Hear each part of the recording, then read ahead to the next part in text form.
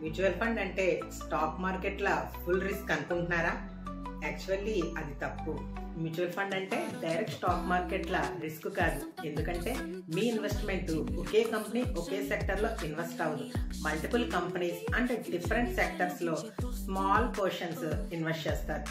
Professional fund managers handle చేస్తారు. Plus mutual funds ని SEBI regulate చేస్తుంది. సో మీ investment diversification and risk low అవుతుంది. డైరెక్ట్ స్టాక్ ఇన్వెస్ట్మెంట్ కంటే రిస్క్ కంట్రోల్ లోవర్ ఉంటుంది. మ్యూచువల్ ఫండ్స్ లో కూడా risk levels different. Equity funds లో high risk long term growth ఉంటుంది. డెబ్ట్ ఫండ్స్ లో లో రిస్క్ స్టేబుల్ రిటర్న్స్ గా ఉంటుంది. Hybrid funds balanced risk. So mutual fund అంటే స్టాక్ మార్కెట్ల హై రిస్క్ కాదు.